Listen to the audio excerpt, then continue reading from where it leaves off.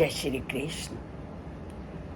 श्राद्धों के दिनों में अनेक प्रश्न लोगों के मन में उठते हैं और एक एक करके सभी प्रश्नों के उत्तर को हम इस चैनल के माध्यम से जानने का भी प्रयत्न करते हैं।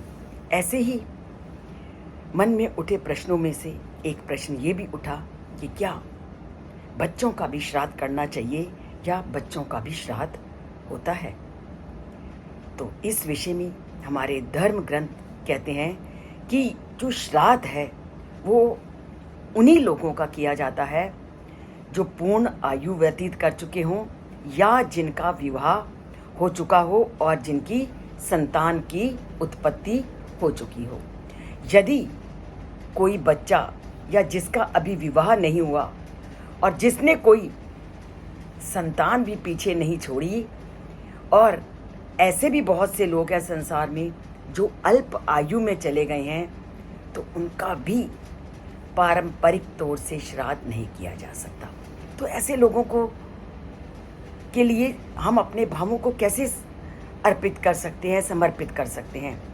तो इसके लिए वो कहते हैं कि उनका नित्य तर्पण, पिंड दान या जल दान या केवल उनके साथ अपने पितरों को स्मरण करके हम उनके प्रति श्रद्धा की भावना और अपने भावों को उनके सामने प्रकट कर सकते हैं। पर इसमें भी लोग मानते नहीं कि मैं अपने बच्चों का श्राद्ध ना करूं। तो इसके लिए मैं आपको प्रमाणिक गृह सूत्र का उदाहरण देती हूं, जिसमें पूरी तरह से निषेध है कि अविवाहित या अल्पायु में जो आत्माएं इस संसार को छोड़ के गई हैं, वो आत्माएं देवगण की स्थिति में आ जाती हैं। तो उनको देवताओं की तरह जल समर्पित करते हुए हम उनके प्रति अपने मन के भावों को समर्पित कर सकते हैं। और बहुत सारे स्थानों में हमारे धर्म ग्रंथों में बच्चों के लिए श्राद्ध की जगह किस चीज़ का वर्णन है, उनके लिए वर्णन है आप उनको दीप दान दो, उनके लिए पुष्प अर्पण करो या गंगा जल उन पर चढ़ा दो। तो वो भी उनके लिए पूरी तरह से श्रद्धा के भावों को समर्पित करते हैं। क्योंकि ऐसा माना जाता है हमारे धर्म ग्रंथों में कि जो भी बच्चे होते हैं वो निर्दोष और पवित्र आत्मा वाले होते हैं, इसलिए पितृलोक का ऋण उन पर होता ही नहीं। वो पितृलोक के ऋण से पूरी तरह से मुक्त होते हैं। और इसका वर्णन गृह सूत्र, धर्म सूत्र, आपस्तंभ सूत्र और गौतम ऋषि के धर्म सूत्र में पूरी तरह से किया गया है। अविवाहितस्य पिंडो ना दीयते, कि जिसका विवाह नहीं हुआ उसे किसी भी तरह से पिंड दान नहीं देना चाहिए। पर इनके लिए करना क्या चाहिए? जो मैंने अभी नियम बताए, उनको श्रद्धा के सुमन समर्पित कीजिए, उनको जल देकर आप उनको स्मरण कर सकते हैं। पर इसकी सबसे जो अनोखी परंपरा देखी मैंने विदेशी भूमि में देखी।